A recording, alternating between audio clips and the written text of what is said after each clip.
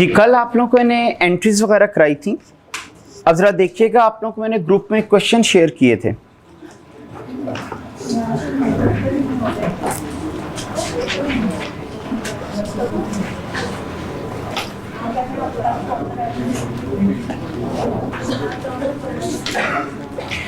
Question number 1 देखिएगा, factory ledger general laser का जो है।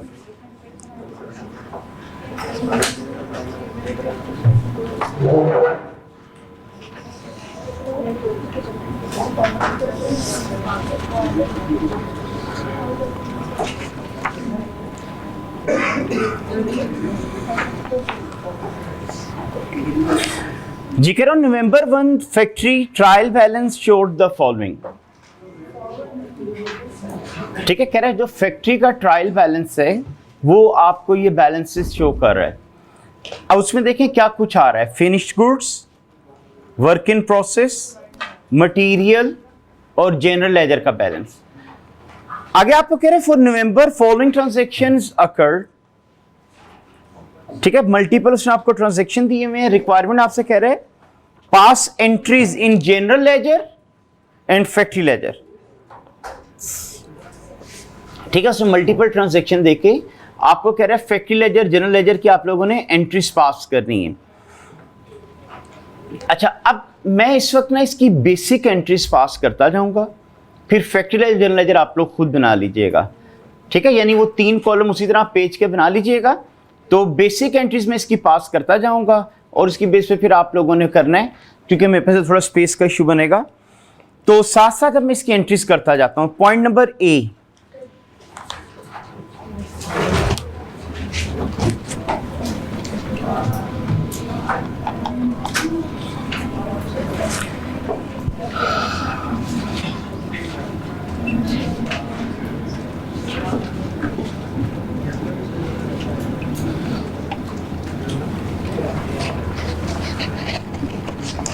ठीक है, आप उसी तरह पेज के 3 कॉलम बना लीजिएगा।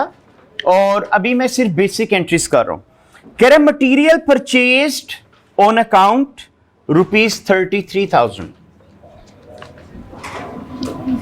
आप लोगों ने मटीरियल खरीदा, मटीरियल आपके लिए एसेट था, इंक्रीज होगा डेबिट और accounts payable credit.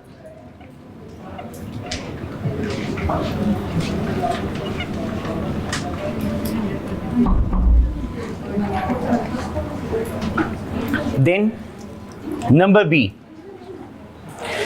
direct material of ₹22,000 were requisitioned along with indirect material 6,500 and 2,500 of supplies। कह रहा क्वेश्चन 1 जो ग्रुप में शेयर किया ना फैक्ट्री लेजर जनरल लेजर का। जी अब इसके बी पॉइंट में आपको कह रहे हैं डायरेक्ट मटेरियल 22,000 का इशू किया along with indirect material 6,500 and 2,500 of supplies. Supplies कहते हैं वो चीज जो इंटरनली कंज्यूम हो जानी होती है। जैसे अगर आपको मैं कहूं ऑफिस सप्लाईज, तो ये वो ऑफिस स्टेशनरी होगी जो ऑफिस में इस्तेमाल हो जानी। तो ये जो फैक्ट्री में इस्तेमाल हो जानी चीजें, ये भी आपका इनडायरेक्ट कॉस्ट ही होती है। तो आपको कह रहे हैं मैंने डायरेक्ट मटेरियल भी इशू किया, मैंने इनडायरेक्ट मटेरियल भी इशू किया, मैंने सप्लाईज भी इशू की। तो डायरेक्ट मटेरियल की अमाउंट से किसको डेबिट करते हैं? So work in process debit with the amount of direct material और FOH control debit.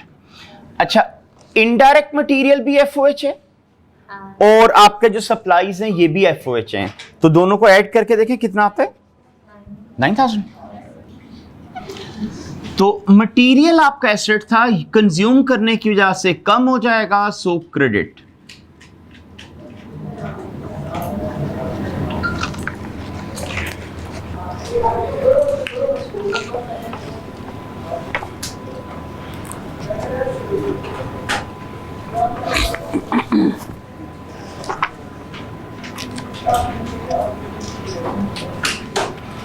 Then number C transaction. Total payroll was 30,000. Home office mean head office. Home office prepared the payroll and deducted 6.5% for provident fund, 10% for income tax.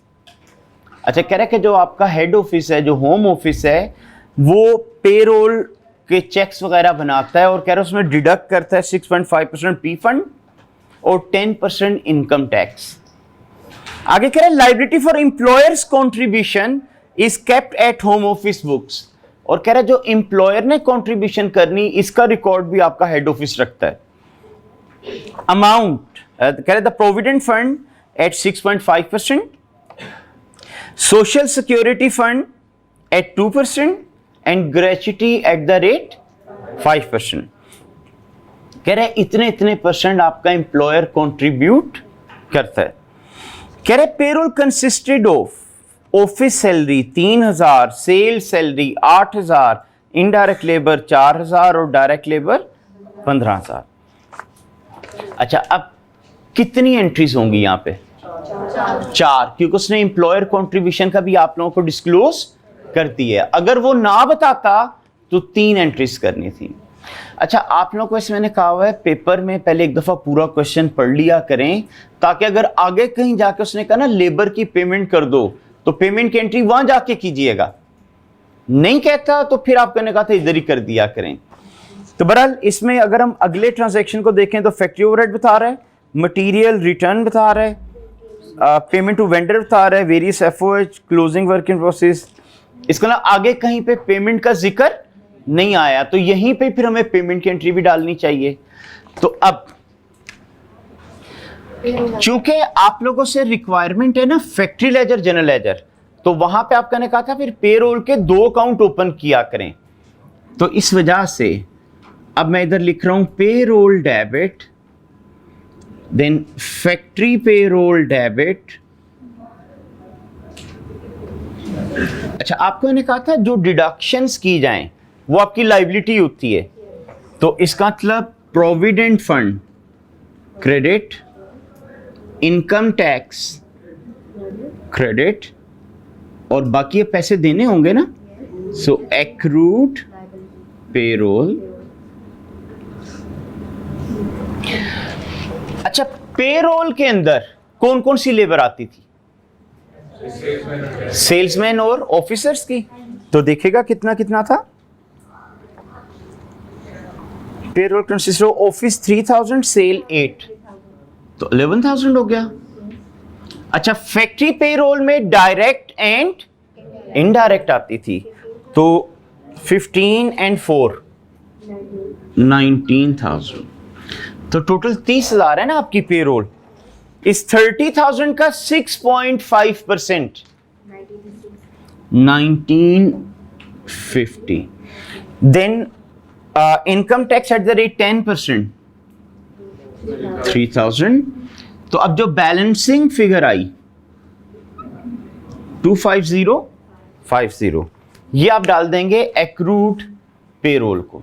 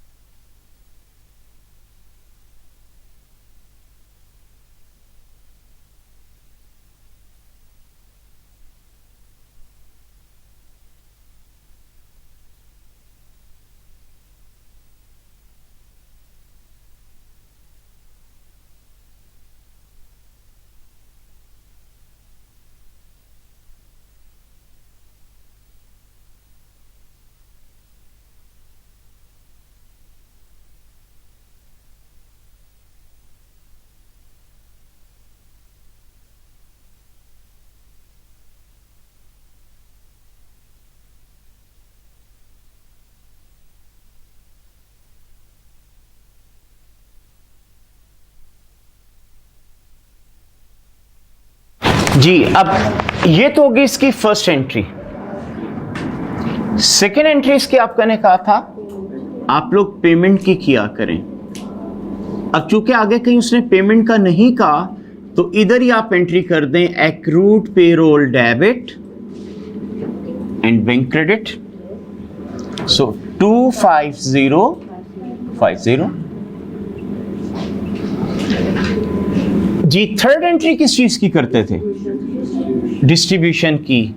तो direct labour की amount से आप debit करते थे work in process, FOH control को debit करते थे indirect labour से,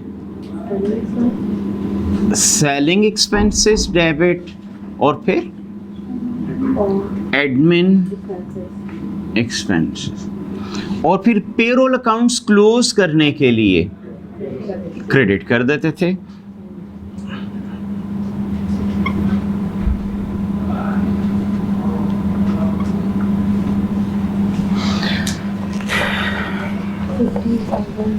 तो अब डायरेक्ट लेबर आपने कहा 15,000, indirect 4,000, sale salaries 8,000 and officers 3,000 3,000।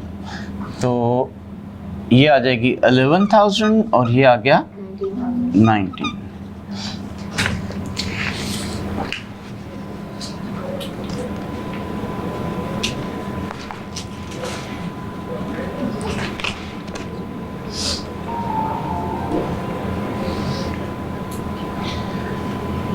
अब आते हैं next, employers contribution.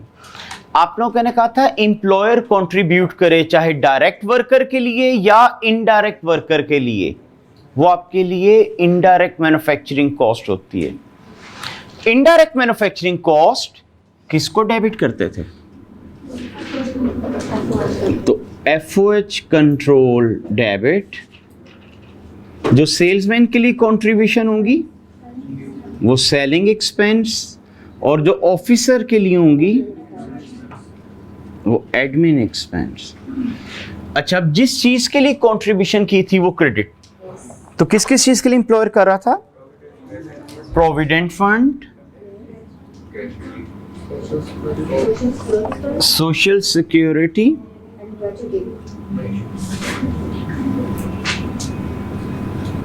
And gratuity. And what? अच्छा, अब देखिए तीन चीजें इसकी डेबिट में और तीन ही क्रेडिट में आ रही।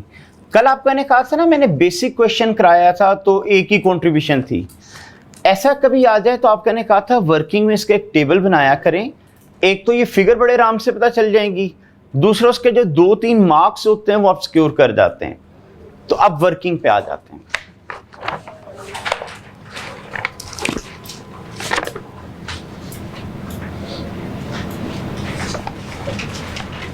अच्छा, अब एक तो पी फंड में कंट्रीब्यूशन कर रही है एट द रेट 6.5%। दूसरा आपका था सोशल सिक्योरिटी। अच्छा, इसके अंदर था एट द रेट 2%। और तीसरा था आपका ग्रेच्युटी एट द रेट 5%। और इसके आगे ना एक आपने टोटल का कॉलम बना देना। इधर आ जाएगा जी एफओएच कंट्रोल,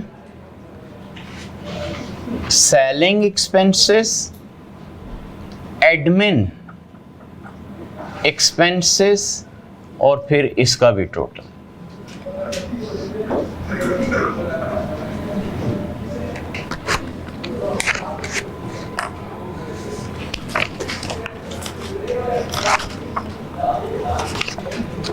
जी, अब आप लोगों ने कहा था जो भी कंट्रीब्यूशन करेंगे डायरेक्ट और इनडायरेक्ट वर्कर के लिए वो एफओएच कंट्रोल को डाला जाएगा।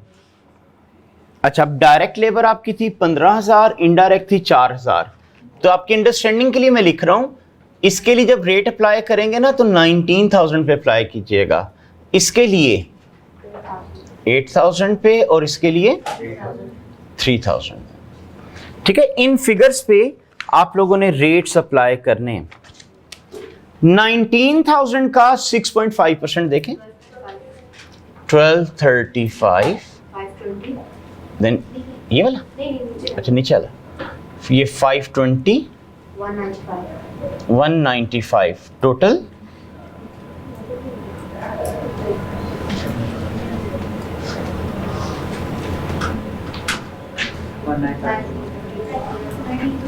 1950।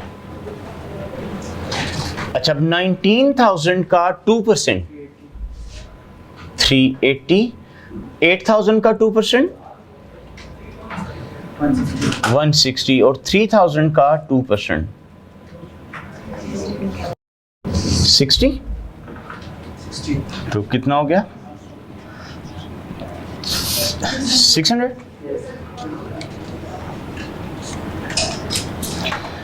19,000 का 5%, 950, 8,000 का 5%, और 3,000 का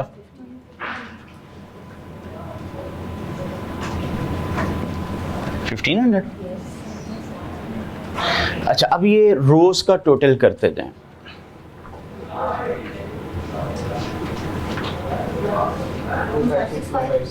टू 565, 1080, 405।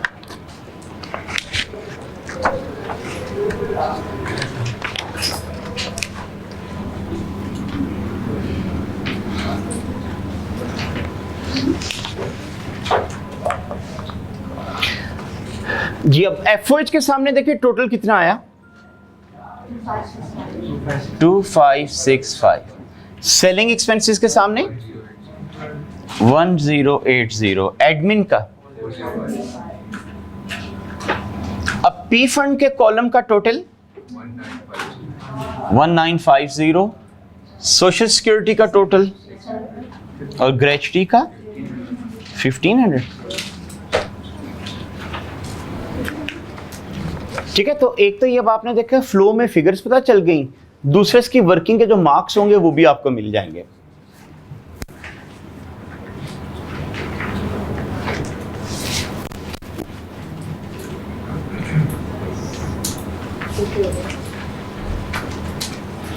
तो इस तरह करके इसकी कैलकुलेशन आप लोग कर दिया करें।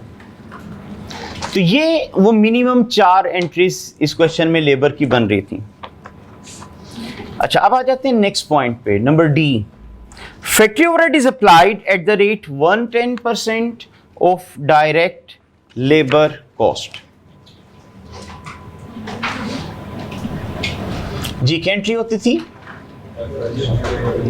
वर्क इन प्रोसेस डेबिट, हाँ जी, एफओएच अप्लाइड लिख लें या control.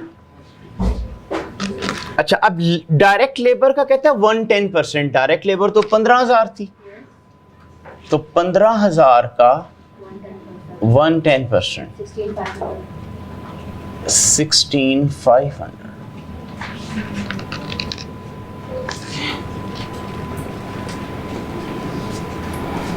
Next, material costing 275 were defective and were returned to supplier।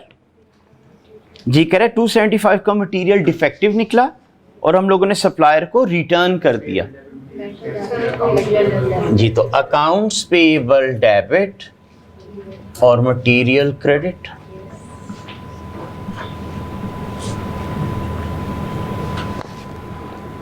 Then payment made to vendor on account ₹31,500। Accounts payable debit, bank credit 31,500।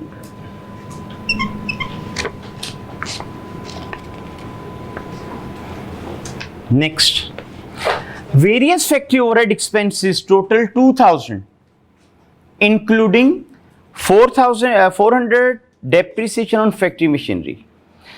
अच्छा, कह रहे टोटल एफओएच है 2,000 रुपए के, इसमें 400 रुपए की डेप्रिसिएशन है, तो बाकी अदर एक्सपेंसेस होंगे। अच्छा, अब एफओएच कंट्रोल डेबिट कितने से? 2000, ठीक है, एक्सपेंसेस तो 2000 ही है ना। अच्छा, डेप्रिसिएशन के लिए किसको क्रेडिट किया जाता है? तो एक्यूमुलेटेड डेप्रिसिएशन क्रेडिटेड बाय 400। अब बाकियों की अगर तो पेमेंट कर दी है तो बैंक लिख दीजिएगा, और अगर स्टिल पेएबल है तो अकाउंट्स पेएबल लिख दीजिएगा 1600। ठीक है, उसने आपको कहा था कि वेरियस एफओएच हैं 2000 रुपए के, जिनमें 400 की डेप्रिसिएशन है, तो डेप्रिसिएशन की वजह से क्रेडिट होता है एक्यूमुलेटेड डेप्रिसिएशन। अब बाकियों को उसने बताया नहीं कि आप पेमेंट कर दी है, अभी ड्यू हो गए हैं, तो अगर पेमेंट कर दिए तो बैंक आ जाना था, अगर ड्यू हुए हैं तो अकाउंट्स पेएबल आना था। सेपरेट एंट्रीज भी तो कर सकते हैं ना? क्या चीज? सेपरेट एंट्रीज कर सकते हैं। हाँ जी, कर सकते हैं जी। अच्छा, आगे आपको कह रहे हैं वर्क इन प्रोसेस क्लोजिंग 4000। अच्छा, क्या लेजर के ओपनिंग क्लोजिंग बैलेंस की कोई एंट्री होती है? नहीं, लेजर को ओपनिंग क्लोजिंग बैलेंस की कोई एंट्री नहीं होती। अब वो आपको कह रहा है कि 4000 की चीजें इनकम्प्लीट रह गई हैं। ऑल्टरनेटिवली क्या कहना चाह रहा है कि जो बाकी चीजें वो फिनिश हो गई होंगी। ठीक है, बजाय इसके वो आपको कहता है जी लाख रुपए की चीजें बन गई, उसने क्या कहा? उसने कहा 4000 की इनकम्प्लीट रह गई। कैरी डाउन की हमें पता है कोई एंट्री नहीं होती, क्योंकि वो बैलेंसिंग फिगर होती है, लेकिन जो बाकी चीजें हैं इसका मतलब वो कंप्लीट हो गई होंगी, कंप्लीशन की एंट्री तो करनी चाहिए। अब एंट्री तो हमें आइडिया है क्या बननी चाहिए थी? Finished goods debit, work in process credit, लेकिन अब इशू है इसकी फिगर। उसके लिए वर्किंग में अब आपको बनाना पड़ेगा वर्क इन प्रोसेस अकाउंट। ठीक है, सो वर्किंग के अंदर आप लोग बनाएंगे work in process account. Ledger बनाने का आपको रूल पता है, सबसे पहले ओपनिंग बैलेंसेस लिखे जाते हैं, और चूंकि वर्क इन प्रोसेस एसेट होता है, कौन सा बैलेंस? तो अब इसके ट्रायल में देखें इसका ब्रॉडाउन कितना गिवन था? 7800। अब इन एंट्रीज की पोस्टिंग शुरू कर दें, ठीक है, ताकि साथ साथ उनकी रिकॉर्डिंग होती जाए। तो पहली एंट्री अगर आप लोग देखें तो मटेरियल टू अकाउंट पेबल, ये इसमें नहीं आएगा। अगली में आपने वर्क इन प्रोसेस डेबिट किया था, तो मटेरियल के रेफरेंस से कितना? 22,000। ठीक है, वर्क इन प्रोसेस 22,000 से डेबिट हुआ था ना। सी की पहली एंट्री में वर्क इन प्रोसेस नहीं आया, सेकंड वाली में भी नहीं आया, थर्ड वाली में आया। फैक्ट्री पेरोल कितना? 15,000। अच्छा, उसके बाद फोर्थ एंट्री में नहीं आया, फिफ्थ में आया।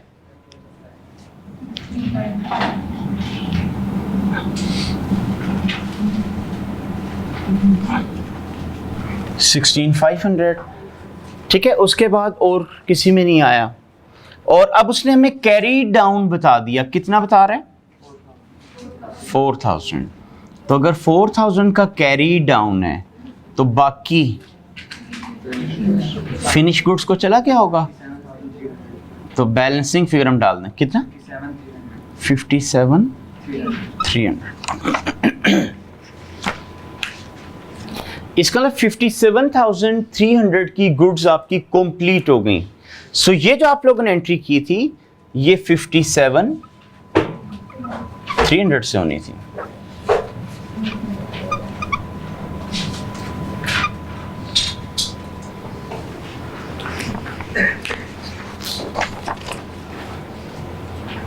और लास्ट में कह रहे goods costing 45,000 were sold for 65,000। अच्छा, कह रहे 45,000 वाली चीजें 65,000 में सेल कर दी। अच्छा, अब इसकी दो एंट्रीज आप लोगों ने कहोगी, तो पहले एंट्री कर लेते हैं कॉस्ट ऑफ सेल्स और फिनिश्ड गुड्स। ये कितनी अमाउंट से? 45,000। और फिर उसके बाद हाँ जी, अब उसने आपको बताया नहीं, तो अगर तो आप समझते हैं कैश पे बेची है तो बैंक लिख लें, और अगर क्रेडिट पे बेची है तो अकाउंट रिसीवेबल लिख लें और sales credited bye 65।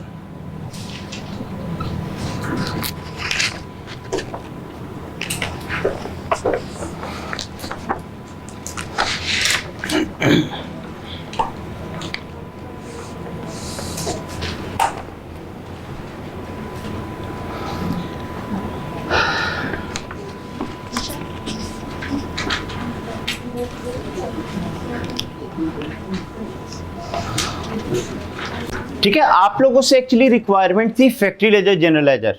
Basic entries मैंने कराई हैं, अब वो आप फैक्ट्री जनरल लेजर में इसकी रिकॉर्डिंग कर लीजिएगा। हाँ जी, जितना एम्प्लॉय कंट्रीब्यूट करता है उतना एम्प्लॉयर करता है ना, इसलिए फिगर सेम होती। एडिशनल हुआ ना, वो एम्प्लॉय की तनख्वाह से डिडक्ट हुआ, ये एम्प्लॉयर ने कंट्रीब्यूट किया। इसका रिटायरमेंट पर उसको 1950 नहीं मिलेगा, 1950 प्लस 1950 प्लस इंटरेस्ट। तो ये इसकी मैंने एक बेसिक सा क्वेश्चन कराया जिसके अंदर आपने देखा है एंट्रीज वही हैं जो हम लोगों ने पहले पढ़ ली हुई हैं। ठीक है, बस ये फिगर्स वगैरह चेंज करेगा। जैसे यहाँ पे उसने वर्क इन प्रोसेस का क्लोजिंग बैलेंस बता दिया, हो सकता है आपको फिनिश गुड का क्लोजिंग बताया था।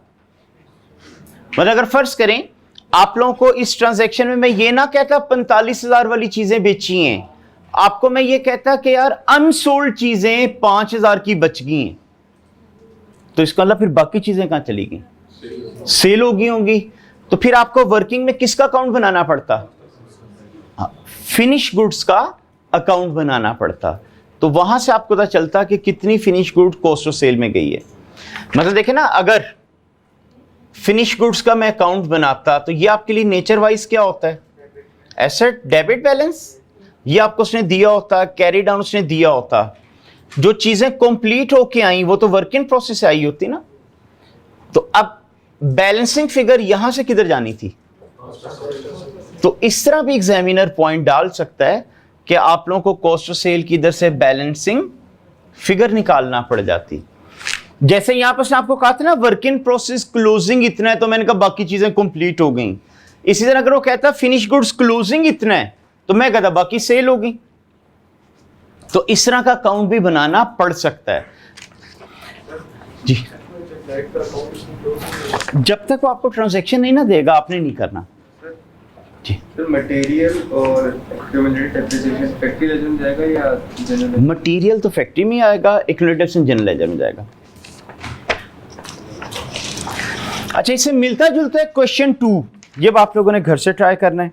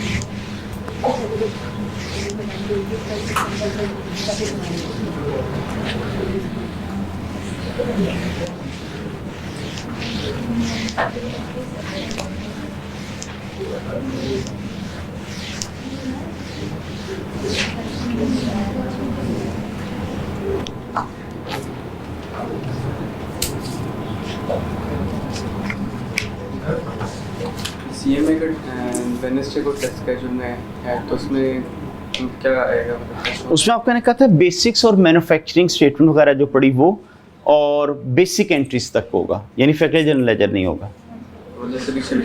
हाँ जी। नहीं, उसका अलग से क्लास आपकी टाइम पे होगी, उसके अलावा 9 to 3 जिस वक्त भी आप फ्री होंगे वो आप दे सकते हैं।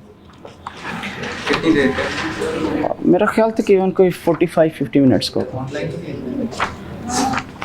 ना देने वाली बातें कर रहे हैं। अच्छा, इसके अलावा मैंने आप लोगों को ना मैन्युफैक्चरिंग स्टेटमेंट की भी एक असाइनमेंट शेयर की हुई है। ठीक है, उसको भी निकाल लें, उसका भी एक मैं क्वेश्चन पहले आपको करा दूं ताकि आप उसकी भी फर्दर प्रैक्टिस घर पे कर पाएं।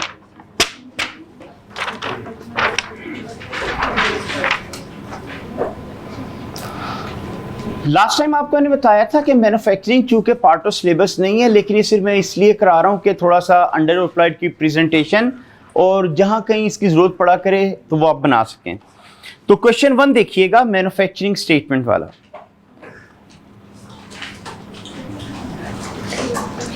कह रहे alpha limited submits the following data for September. Direct labour cost 30,000, cost of goods sold 111,000, factory overhead are applied at the rate 150% of direct labor cost. Inventory accounts showed these beginning and ending balances. Finished goods opening closing work in process का material का उसने बता दिया। Other data में आपको कह रहे marketing expense 14,100, admin expense 22,900, sales for the period 182,000। Requirement कह रहा है prepare statement of profit and loss, और ब्रैकेट में कह रहा है statement of cost of goods manufacture and sold is also required. हालांकि देखें कॉस्ट ऑफ गुड्स सोल्ड तो उसने बता दी हुई थी, तो इसका मतलब अगर वो ये ना कहता मैन्युफैक्चरिंग स्टेटमेंट बनाएं, मैंने डायरेक्टली प्रॉफिट एंड लॉस बना देना था, लेकिन उसने साथ आपको कहा कि आपने वो भी बनाना है। आप लोगों ने कहा था मैन्युफैक्चरिंग स्टेटमेंट जब पार्ट ऑफ सिलेबस होती थी तो इसके 3 तरह के क्वेश्चन आ जाते थे। एक होता यह था सारा डेटा एग्जामिनर क्वेश्चन में देता था, आपको जस्ट फॉर्मेट याद हो, आप उसमें फिगर लिखो और आंसर निकाल दें। दूसरा होता था कि रूटीन की कोई फिगर मिस करता था, अनयूजुअल कोई फिगर वो आपको बता देता था। आप जब फॉर्मेट पूरा बना लेते थे तो रिवर्स क्वेश्चन सॉल्व होना शुरू हो जाता था। और तीसरा होता था कि कोई डेटा मिस करता था, लेकिन with the help of some formulas आपको फिगर फाइंड आउट करना पड़ती थी। ठीक है, अब अगर इसमें उसने आप क्वेश्चन देखें, हमने पढ़ा है कहीं मटेरियल की परचेजेस पता चली। अब अगर परचेजेस ही नहीं पता तो cost of material available for use भी नहीं निकलेगा, मटेरियल यूज भी नहीं निकल सकता। इसका उसने रूटीन की फिगर यहाँ मिस कर दी है, लेकिन कॉस्ट ऑफ गुड्स सोल्ड जो कंप्यूट करना होती है वो उसने दे दी है। ठीक है, तो इस तरह के जब क्वेश्चन होते हैं हम लोग क्या करते हैं, पूरा फॉर्मेट बनाते हैं, जो जो फिगर गिवन होती है वो लिखते जाते हैं, उसके बाद फिर ऑटोमेटिकली वो रिवर्स सॉल्व होना शुरू हो जाता है। तो अब मैं इसकी पहले मैन्युफैक्चरिंग स्टेटमेंट ड्रॉ करता हूं।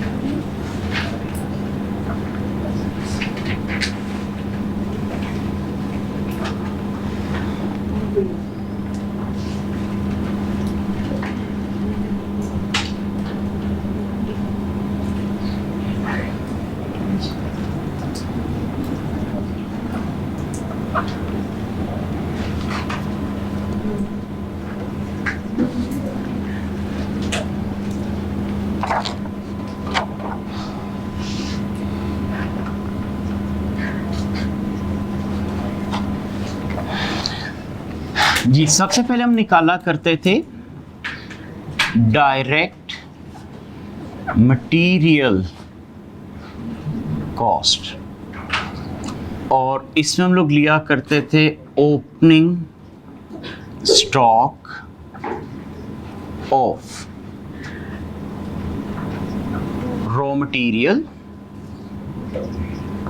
अब वो तो आपको बताया हुआ है 7,000।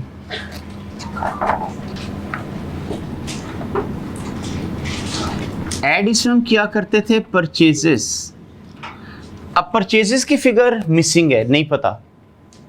अच्छा, इसके अंदर आपको हम कैरेज इन ऐड किया करते थे, परचेजेस रिटर्न लेस किया करते थे, लेकिन जब उनका क्वेश्चन में जिक्र नहीं है तो खुद से ज्यूम नहीं कर सकते, इट मीन नहीं होंगी।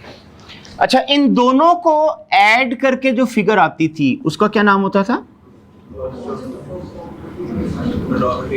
हाँ जी, cost of material available for use.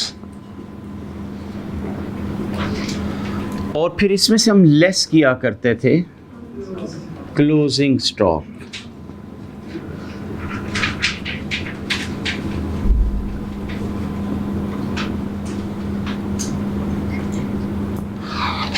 उसने आपको दिया हुआ है 7400, इसको लेस करके निकल आता था कॉस्ट ऑफ मटेरियल यूज्ड।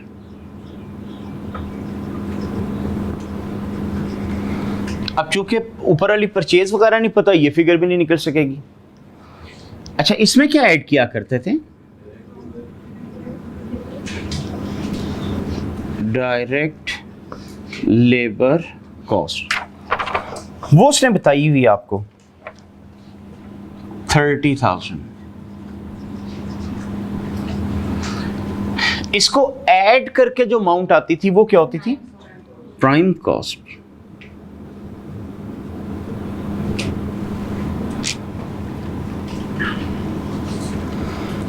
अच्छा, इसमें फिर हम ऐड किया करते थे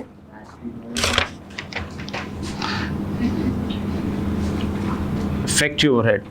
अच्छा, उसने एक्चुअल दिया हमें, अच्छा रेट दिया हुआ है, FOH eight the rate 150% of direct labour cost.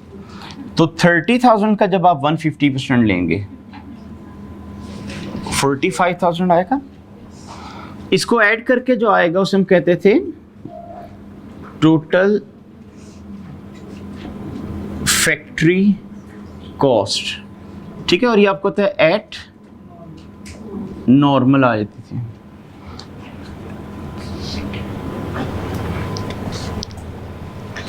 इसमें फिर आप लोग ऐड किया करते थे वर्क इन प्रोसेस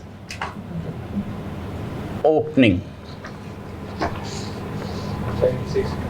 वो था 9600। इसको ऐड करके जो फिगर आती थी हम कहते थे cost of goods to be manufactured.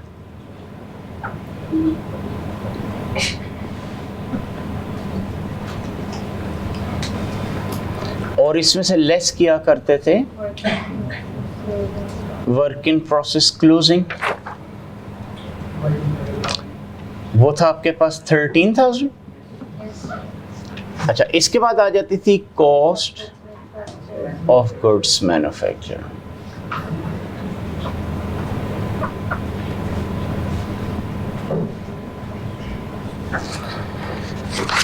इसमें फिर आप ऐड कर दिया करते थे फिनिश गुड्स ओपनिंग 15,000। ऐड करके जो फिगर आती थी cost of goods available for sale, और फिर लेस किया करते थे फिनिश गुड्स क्लोजिंग, और वो था आपके पास 17,500। और इसको माइनस करके आती थी कॉस्ट ऑफ गुड्स सोल्ड। अच्छा, चूंकि इस क्वेश्चन में एक्चुअल एफओएच नहीं गिवन, तो क्या अंडर या ओवरप्राइड कंप्यूट हो सकता है? तो फिर उसकी एडजस्टमेंट भी नहीं डल सकती। तो उसने कॉस्ट ऑफ गुड्स सोल्ड आपको बताई हुई है 111,000।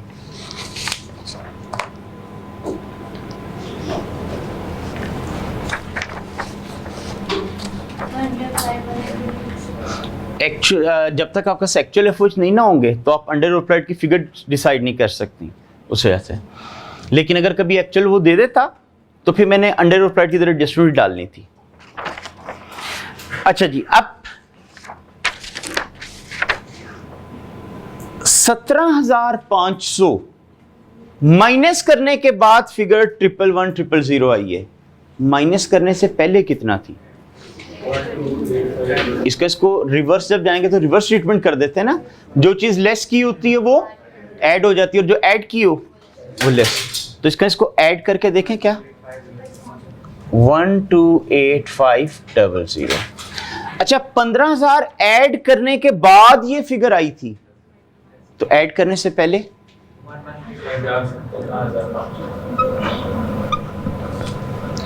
ठीक है। अब हम रिवर्स जाके मिसिंग फिगर्स फाइंड आउट करते जा रहे हैं।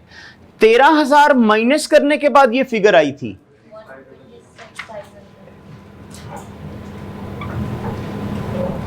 और सिमिलरली 9600 ऐड करने के बाद आई थी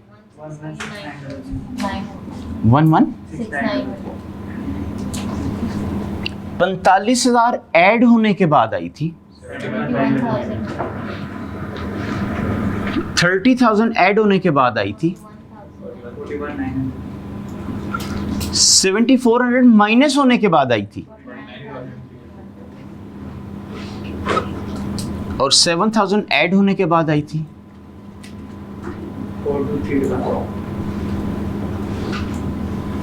इसका 42,300 की आपकी परचेजेस थी।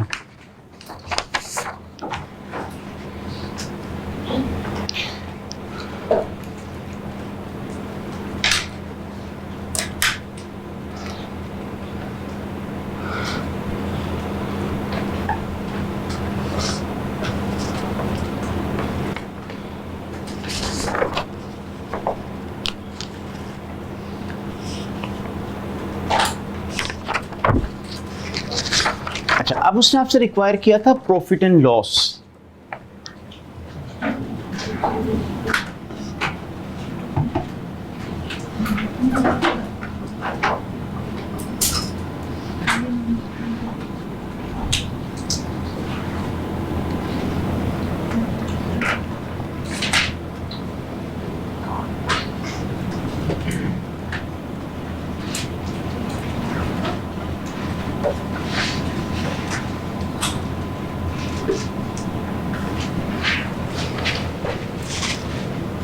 तो सेल्स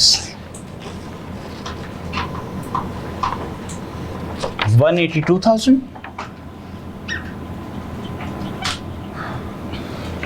इसमें से आप लोग लेस किया करते थे कॉस्ट ऑफ सेल्स, वो भी आपको गिवन है 111,000 ये कॉस्ट ऑफ सेल माइनस करके क्या आता था ग्रॉस प्रॉफिट। अदर इनकम्स हो तो ऐड करते हैं, वो तो है ही कोई नहीं, तो फिर लेस किया करते थे एक्सपेंसेस। अच्छा, एक्सपेंसेस में से आपको दिए मार्केटिंग एक्सपेंस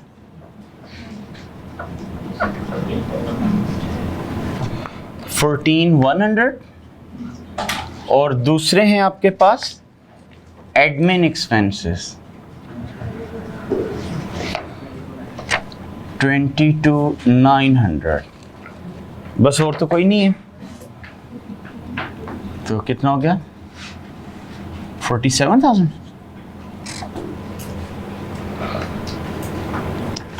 क्या 37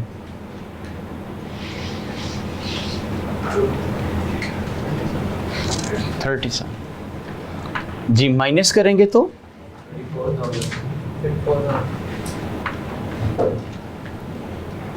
ये आ गया आप लोगों के पास नेट प्रॉफिट।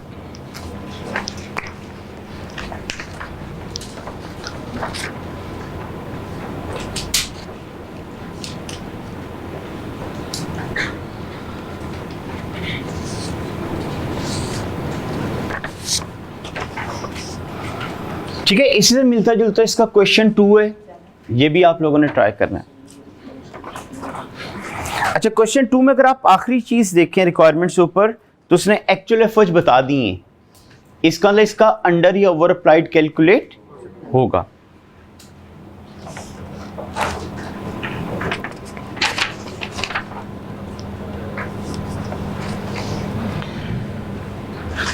तो ये आज आपको मैन्युफैक्चरिंग